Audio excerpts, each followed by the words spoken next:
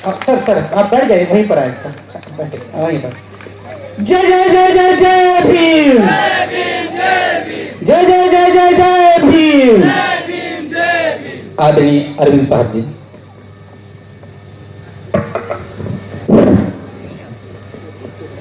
आज के कार्यक्रम के अध्यक्ष कॉमरेड मनीष कुंजाम जी, मंच पे विराजमान समाज के अतिथिगण, इस कार्यक्रम में आए हुए सब भाइयों बहनों, बच्चों और साथियों, मैं जो आयोजन समिति को उनको धन्यवाद देना चाहता हूं कि इस छोटी सी जगह में बाबा साहब अम्बेडकर की जयंती का कार्यक्रम आप लोगों ने आयोजित किया है।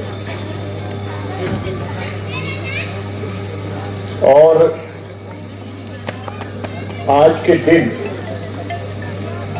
केवल बस्तर में नहीं, छत्तीसगढ़ में नहीं, देश में नहीं, दुनिया में बाबा साहब अम्बेडकर को याद कर रहे हैं।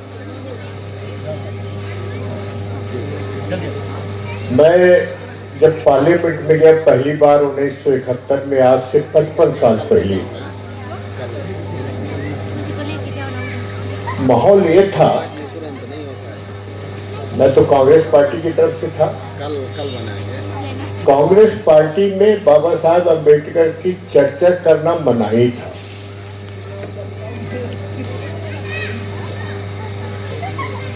अब अंदाज लगा लीजिए कि एक राष्ट्रीय पार्टी, और ऐसा भी नहीं कि बाबा साहब का योगदान कांग्रेस पार्टी को नहीं मालूम था।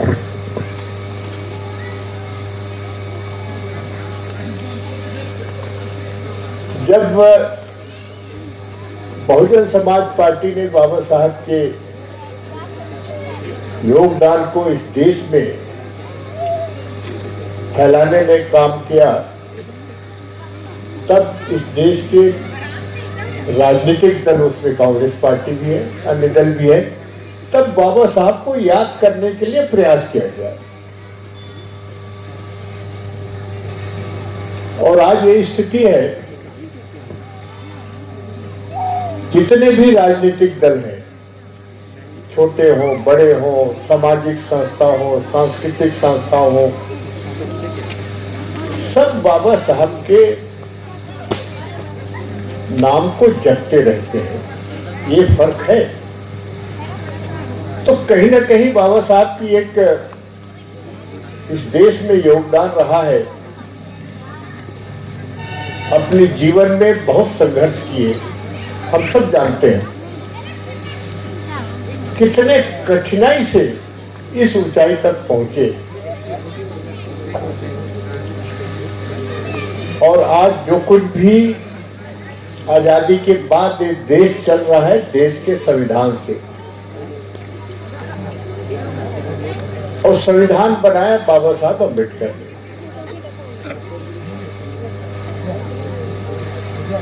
दलित समाज, पिछड़ा समाज, आदिवासी समाज, विशेष करके इन वर्गों के लिए बहुत कुछ बाबा साहब ने किया संविधान में।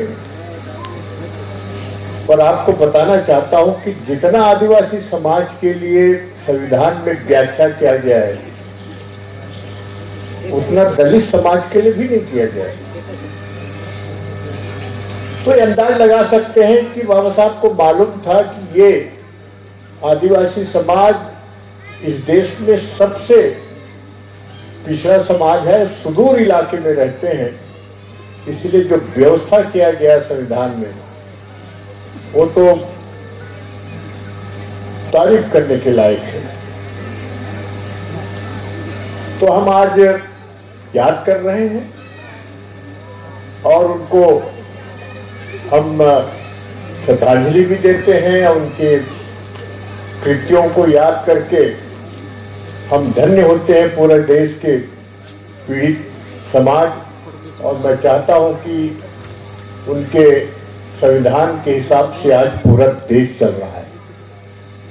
47 के पहले तो बस्तर रियासत के कानून चलता था ना, बस्तर राजा का कानून चलता था, 47 के बाद, आजादी के बाद बाबा साहब अम्बेडकर के संविधान के हिसाब से देश चल रहा है। तो ये योगदान है बाबा साहब के, हम भूल नहीं सकते। और जब तक इस देश में प्रजातंत्र रहेगा, बाबा साहब को याद किए जाएंगे। ये उनकी योगदान रहा है। साथियों, आज इस अवसर पर क्योंकि मुझे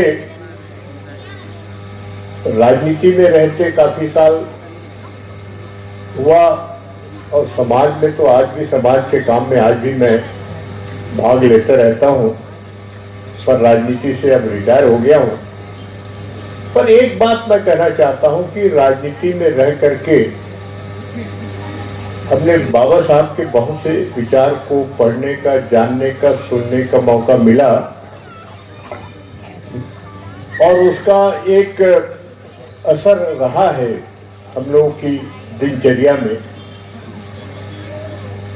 आज मैं आपको बताना चाहता हूं कि बाबा साहब अम्बेडकर ने जो संविधान दिया और आदिवासी इलाकों के लिए जो काम किया, इस देश में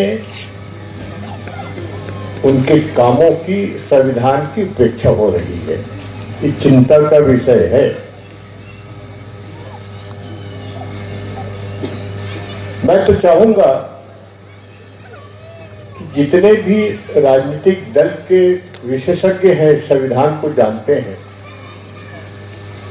दलित समाज को, आदिवासी समाज को ये कहना चाहिए कि भाई संविधान को लागू करने में कितनी सरकार ईमानदारी से काम कर रही है, इसमें हमको प्रकाश डाला जाए, समाज को बताया जाए। नहीं तो इधर संविधान की शपथ खाते हैं सबके सब और उधर संविधान की धज्जियां उड़ रही है। ये चिंता का विषय है देश के लिए, हमारे प्रदेश के लिए, समाज के लिए। अभी इस पर्चे में देख रहा था, आप लोगों ने एक बात कही है, नवनिर्वाचित जनप्रतिनिधियों का सम्मान करने का। ये तो जनपद पंचायत से संबंधित जनप्रतिनिधि होंगे, मेरा ऐसा ख्याल है। ये वही है ना, हैं? उन्हीं का है ना। मेरा तो एक निवेदन है, देश के संविधान को विधायक और सांसद पढ़े या न पढ़े, ये जो पंचायत के जो प्रतिनिधि हैं उनको जरूर पढ़ना चाहिए। और उसका मैं कारण बता रहा हूं। 1991 में, आज से करीब 20, 40, 45 साल पहले हो गया ना, नहीं 20, 30, 35 साल हो गया, देश में उदारीकरण आया। उदारीकरण को मैं एक सरल भाषा में कह रहा हूं, इस देश में भिलाई स्टील प्लांट भिलाई में बना, सार्वजनिक क्षेत्र में, सरकारी क्षेत्र में। 1991 के पहले इस देश में बड़े कारखाने प्राइवेट सेक्टर में नहीं हो सकता था, वो सरकारी क्षेत्र में हो सकता था। ये उदारीकरण के पहले माहौल था। 1991 के बाद अब सरकार कारखाना नहीं लगाएगी, प्राइवेट सेक्टर कारखाना लगाएंगे। ये फर्क है, ये उदारीकरण को, इसी को कहते हैं। और आज देख रहे हैं, जिसके मनीष जी ने जिक्र किया, उदारीकरण के पहले तो यहाँ तो टाटा बिरला का, अडानी अंबानी तो खैर पैदा भी नहीं रहे होंगे, घुस नहीं सकते थे। पर अब वही के लोग घुसेंगे, दूसरा नहीं घुस सकता। ये फर्क हो गया है। तो मैं जो बात इसलिए कह रहा हूं कि जो पंचायत के प्रतिनिधियों को संविधान के बारे में क्यों जानना चाहिए। मैं इस मंच से आपके लोगों को आगाह करना चाहता हूँ। मेरा तो अनुभव है ना, राजनीतिक अनुभव और समाज के अनुभव दोनों है मेरे पास। उस आधार पे इस मंच से ये आप लोगों को बताना चाहता हूं कि आने वाला समय समाज के लिए सबसे कठिन समय शुरू हो गया। ये उदारीकरण का असर है। मैं एक उदाहरण आपको दे रहा हूं। सरकारी नौकरी खत्म हो रहे हैं ना, हो रहे हैं। अब सब प्राइवेट सेक्टर में जाएंगे, सब नौकरी। आप प्राइवेट सेक्टर में कॉम्पीट नहीं कर सकेंगे। तो इतनी बड़ी जो आने वाला समय में सरकारी नौकरी के दरवाजे बंद हो रहे हैं, करीब करीब होगा। ये बात आज से नहीं, मैं 15 साल 20 साल पहले से देश में कह रहा हूं। क्या करोगे अब? पढ़े लिखे बच्चों की फौज तैयार हो गई।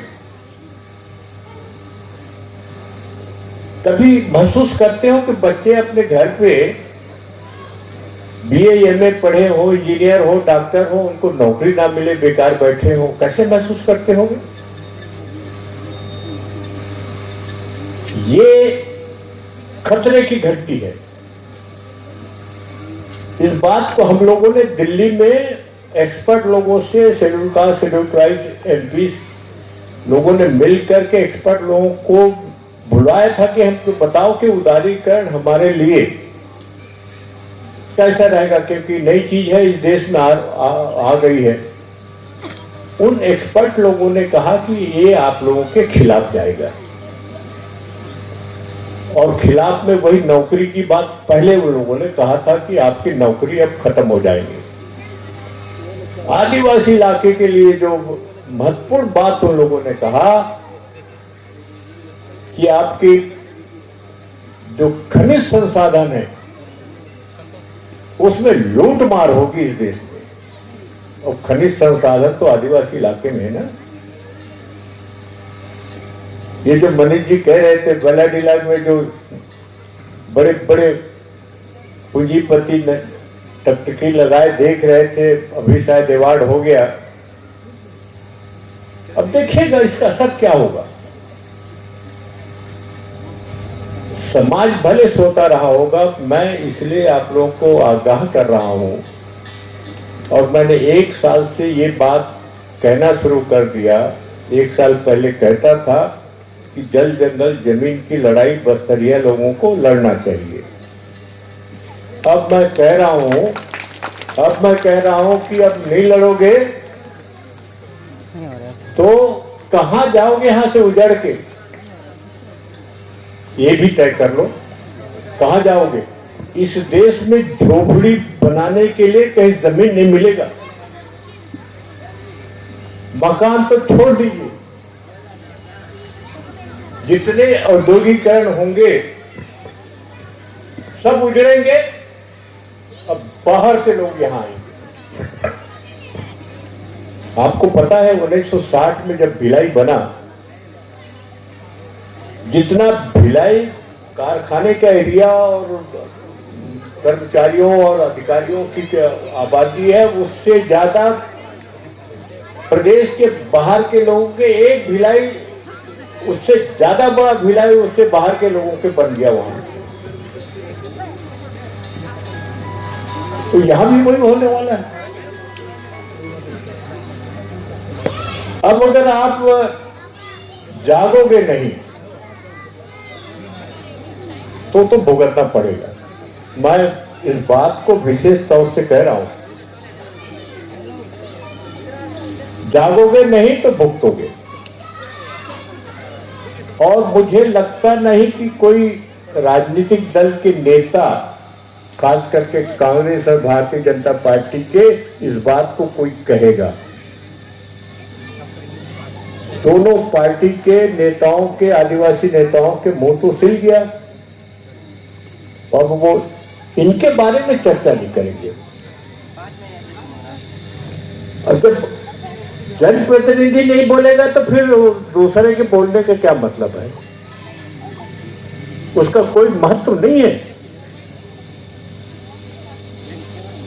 हमने पेशा कानून 1996 में बनवाया। हम दिल्ली में थे, पार्लियामेंट में थे। एक खतरे की घंटी उदारीकरण का पता चल गया था कि आने वाला समय में खतरे की घंटी बज रही है। तो कुछ विशेषज्ञों ने कहा साहब कि पेशा कानून अभी पेंडिंग है पार्लियामेंट में,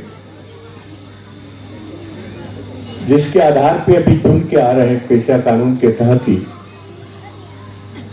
उन लोगों ने कहा कि आप पेशा कानून में थोड़ा बहुत व्यवस्था कर लीजिए और जल जंगल जमीन को बचाने की थोड़ा बहुत पेशा कानून में हमने व्यवस्था किया। पर आपको आश्चर्य होगा जान के इस देश में कोई राज्य सरकार ईमानदारी से पेशा कानून के पक्ष में नहीं है, सब उसके खिलाफ है। मैं तो कांग्रेस पार्टी इसी मुद्दे पे छोड़ दिया जब पिछली सरकार ने, कांग्रेस की, पेशा कानून का नियम बना रहे थे। पिछली सरकार ने ये कहा, जो मुख्य कानून में हमने जानबूझ के रखवाया था कि जो मनीष जी कह रहे थे कि कोई भी लाइसेंस देने से पहले, कारखाना खोलने से पहले ग्राम सभा की अनुमति जरूरी है। ये कानून में है। हमने जानबूझ के उस कानून को बनवाया ताकि मनमानी सरकार की ना हो। और पिछली कांग्रेस की सरकार ने पेशा कानून की ये जो मूल बात थी, ग्राम सभा की अधिकार को ही खत्म कर दिया। मैंने इस्तीफा दे दिया कांग्रेस पार्टी से। अरे पेशा कानून हम बनवाए, जो खतरे की घंटी बज रही थी उसको समझ के एक कानून बनवाए थे, और वही कांग्रेस पार्टी की सरकार ने इस अधिकार को ग्राम सभा की खत्म कर दिया। तो बाबा साहब की जो संविधान है सब तरफ से खतरे में है। करोगे क्या? जैसा मैंने कहा ना, मैं तो कहना छोड़ दिया कि लड़ाई लड़ो। यहां तो सो रहे हैं। मैं तो बोध घाट की लड़ाई कितने साल से लड़ा। आज भी किसी सरकार की हिम्मत नहीं हुई कि बोध घाट को बना ले। मैं तो अकेले लड़ा ना, वाइन के खिलाफ मैंने लड़ा, अकेले लड़ा। नहीं तो आज सरगी के जंगल खत्म हो गए होते बस्तर में। तो ये जब जनप्रतिनिधि अगर जागरूक नहीं होंगे, अपनी लड़ाई नहीं लड़ पाएंगे, तो खतरे में समाज पड़ेगी और आपको उजड़ना पड़ेगा। ये नोट कर लो। कभी भी ये नई पीढ़ी याद रखेगा कि कोई नेता आया था, अरविंद नेताम नाम के, तोमपाल की सभा में कहा था कि उजड़ने के लिए तैयार रहो, कहां जाओगे उजड़ के।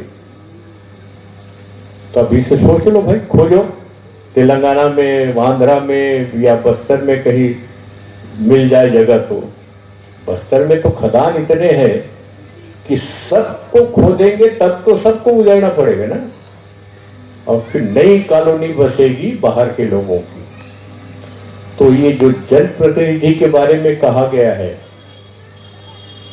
सबसे सोने वाला जनप्रतिनिधि है पंचायत के। पेशा कानून को अगर पढ़ ले, अगर समझ ले, और उन्हीं के लिए बनाए हैं हमने पेशा कानून, अगर वही अगर लागू नहीं करेंगे, समझने की कोशिश नहीं करेंगे, तो और कौन करेगा भाई? आप ग्राम सभा के लोग अड़ जाएं कि हमारे बिना, हमारी अनुमति के बिना हम कारखाना बनने नहीं देंगे। क्या वो बल्ला में वो 13 नंबर किसी आंदोलन हुआ था ना, बहुत से लोग जिसको मालूम होगा 13 नंबर में बहुत पहले जब मुख्यमंत्री कांग्रेस की सरकार थी, मुख्यमंत्री ने अपने रायपुर में आश्वासन देता हम 6 महीने के अंदर जांच करवाएंगे कि ये कटे जंगल क्यों कटे और इसको क्या दिक्कत है 5वीं अनुसूची के हिसाब से यहाँ हमारा बिना अनुमति के नहीं होगा। तो उसने कहा 6 महीने के अंदर जांच करवाएंगे। आज तक 6 महीने क्या 6 साल हो गए, आज तक जांच नहीं हुई। तो आदिवासी इलाके को ठगने में सरकार बहुत माहिर है। तो मैं ये जो बात कह रहा हूं जनप्रतिनिधि लोग, अगर ये जागरूक हो जाएं तब तो बस्तर के लोग और बस्तरिया समाज बच जाएगा। नहीं तो जिस दिन बाहर से लोग आएंगे तो आप थोड़े रहेंगे जनप्रतिनिधि, सब जनरल हो जाएगा, सब जनरल होगा और वो नेता बनेंगे, वो आपके भाग्य का फैसला वो करेंगे, आप नहीं करेंगे। तो इसलिए तैयार रहो और नहीं तो चुपचाप रहो और बनेंगे वही लोग, उनके पास पैसा होगा, पूंजी होगा, सब खरीदेंगे। अभी भी कौन सा पहाड़ ने अभी किसी के नाम से आज से नहीं कई साल पहले दे दिया गया बैलेडिला के पास, कैसे हो गया? आज तक सरकार पूछने पे भी नहीं बताती। तो ये स्थिति बन रही है। तो मैं एक मेरा जो अनुभव है उसके आधार पे मैं कह रहा हूं और मैं पूरे देश में कहता हूं इस बात को। अब भूल जाओ कि अब वो अधिकार आपको मिलेगा जो बाबा साहब अम्बेडकर ने संविधान के माध्यम से दिया है।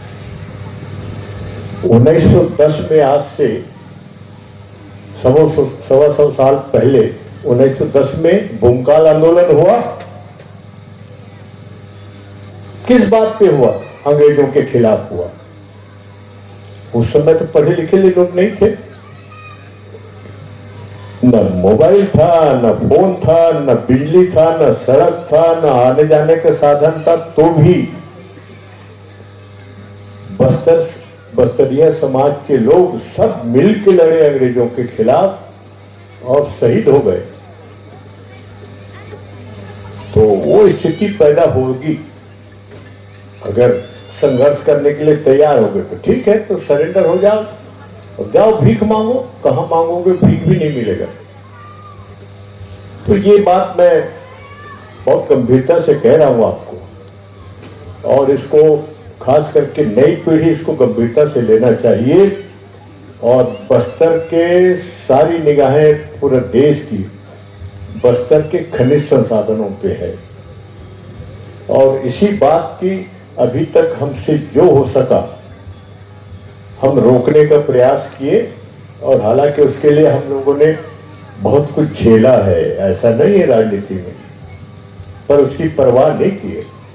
तो मैं चाहता हूं कि आज ये जो जनप्रतिनिधि बैठे हैं, केवल आप सरपंच पंच हो गए, जनपद में मेंबर हो गए, जिला पंचायत में हो गए, अपना बढ़िया हो गया। आजकल आप लोग मानदेय भी मिलता है ना, मिलता है कि नहीं? उसी में मस्त हो, तो मानदेय मिलता है, उसी में मस्त रहो। तो ये भविष्य के खतरे को समझ लो। ये बात कोई नेता नहीं कहेगा आपको, ये बात नोट करो। तो कुछ कर सकते हो तो जरूर करो, नहीं तो झेलने के लिए तैयार हो जाओ। यही मैं कह सकता हूं, और क्या कहूं। तो साथियों, मैं ज्यादा टाइम लेना नहीं चाहता। मुझे आमंत्रित किए इस काम के लिए, इस कार्यक्रम में मैं समिति का बहुत आभारी हूं और मनीष जी का भी आभारी हूं कि वो भी यहाँ आए। और मनीष जी को कह रहा था कि बस बस्तर में इन्हें गिने लोगों से थोड़े बहुत उम्मीद है जो समाज के लिए लड़ाई लड़ सकता है, उसमें मनीष कुंजाम जी हैं। और मैं तो हमेशा उनके साथ रहा हूँ, उनके साथ विचारों से विचार मिला के चलता हूँ। और मैं कुछ सुझाव अभी मनीष जी को दिया है कि जो आने वाला समय में जो चुनौती होगी, अब हम तो अब रिटायर हो गए भाई, अब स्वास्थ्य भी साथ नहीं देता, तो मनीष जी को कह रहा था कि कुछ करो भाई, जो हो सकता है समाज को जगाने का काम, जागे तो ठीक है, नहीं तो सोते रहें, भुगतेंगे, और क्या कर सकते हैं। तो यही बात कह के अपनी बात समाप्त करता हूँ। एक बार फिर बाबा साहब को अपना वो याद करते हुए आप सबको धन्यवाद देते हुए एक मौका मिला अपनी बात कहने का। धन्यवाद। जय सेवा, जय भीम।